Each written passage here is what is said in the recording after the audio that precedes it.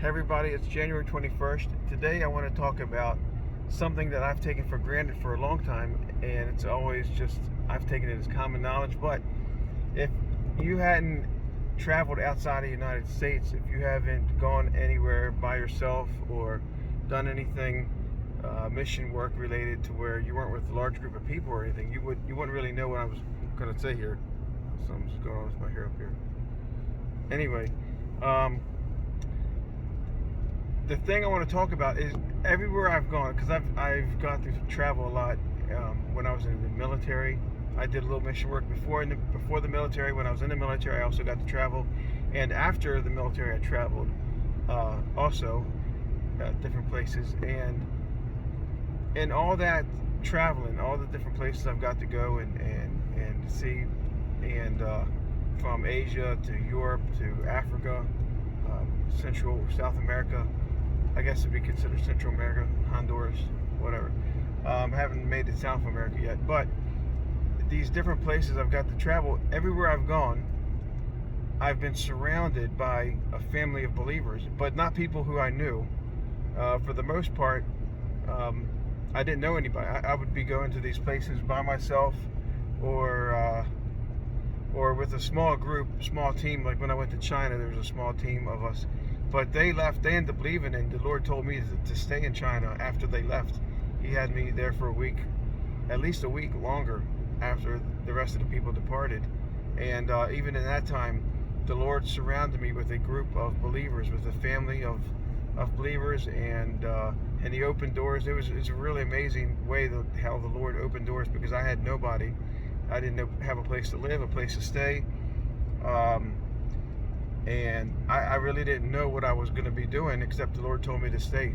He told me to stay for an extended period of time, and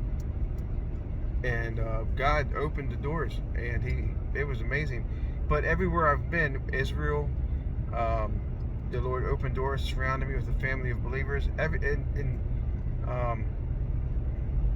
Even in the United States, where I traveled around the West Coast. I was in Tennessee for a while.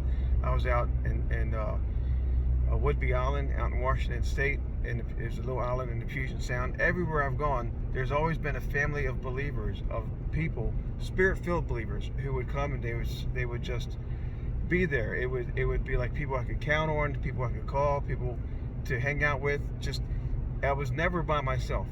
And I never had to go looking for these people. It was the Lord would just divine appointments, bring them across my path, or the Holy Spirit would speak to me and tell me to go here and do this and say that, and behold, there are these people, and it's just amazing how God provides people, and He just provides in every circumstance. Even when I wasn't expecting it, even when I wasn't looking for it, there would always be provision. He provided me when I was in Israel, provided me transportation. I had a vehicle to drive around. And when I was in Hong Kong, He provided transportation. He provided housing. He provided food. He provided everything I needed. When I was in Russia, the Lord provided everything. There was nothing. I never had need. I never had to hitchhike. I never was hungry. Everywhere I've ever been, everywhere I've ever gone, the Lord has always provided.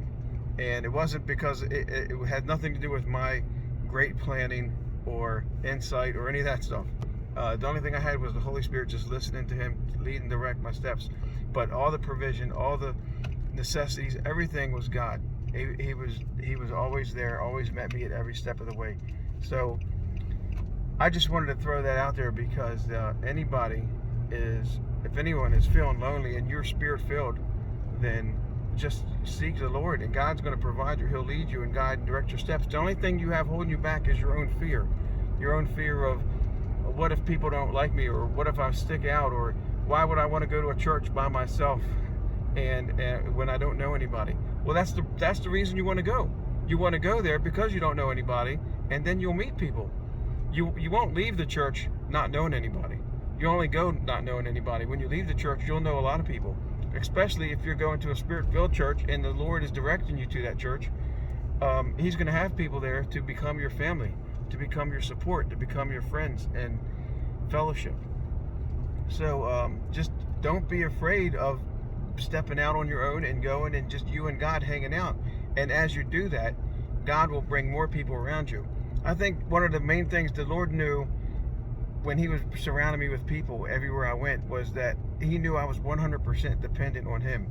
And he was the only friend I had at that moment. And him and I would hang out and we would talk, and I had so much fun just hanging out with the Holy Spirit.